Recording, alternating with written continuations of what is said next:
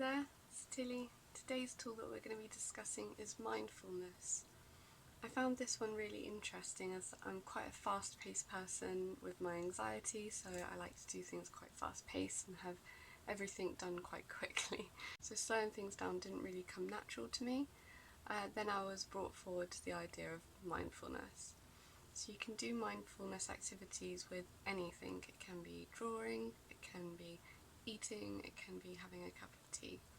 I'll give you a couple of examples. So with eating a meal, what you would do is just ensure that your surroundings were nice and quiet and private. You pop the meal in front of you, or the cake or whatever, packet crisps, and just slow things down and eat slowly.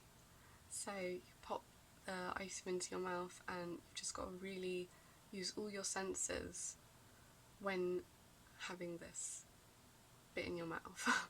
So I found mindful eating to be quite difficult, as meal times have always been quite purposeful for me. You came and you ate, and then you finished, you had your fill, and then you left and carried on. So slowing things down didn't come naturally to me. Someone basically described it as when you're eating, to try and think of ways to describe what you're eating to someone who had never tasted it or seen it before. So you're describing in your mind the colours, the smells, the textures, if it's crunchy, if it's squishy, if it's soft, all these different things, and you're just really thinking about what you're doing. Like I said, you could just do this with a cup of tea or anything really. It's quite a good way just to slow down the pace, ground yourself and relax a little bit and have a little bit of you time. So being mindful in an activity, say drawing, it can be just slowing things down and describing a pen, or the sound you hear when drawing on the paper, or anything. You've just got to slow it down and just really take in what you're doing, because I think we do a lot of things automatically and quite quickly. We don't slow down and appreciate what's happening in this moment.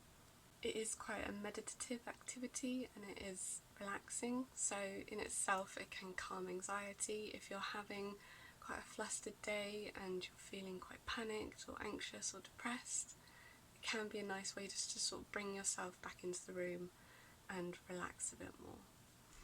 You could even have a pen and paper next to you and just write down what you're doing. So if you're sat in a window looking out at the sunshine and the birds, just write down everything that you're seeing, everything that you're hearing, the feeling of your chair, if you're feeling hot, if you're feeling cold, if there's a slight breeze going through your hair and it feels quite relaxing.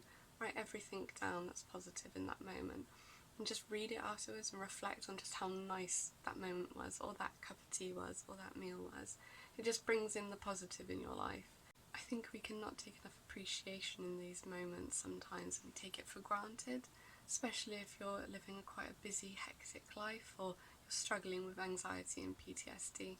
If you just forget to take things slower and enjoy things more, especially at the moment with the amount of time that we're spending inside.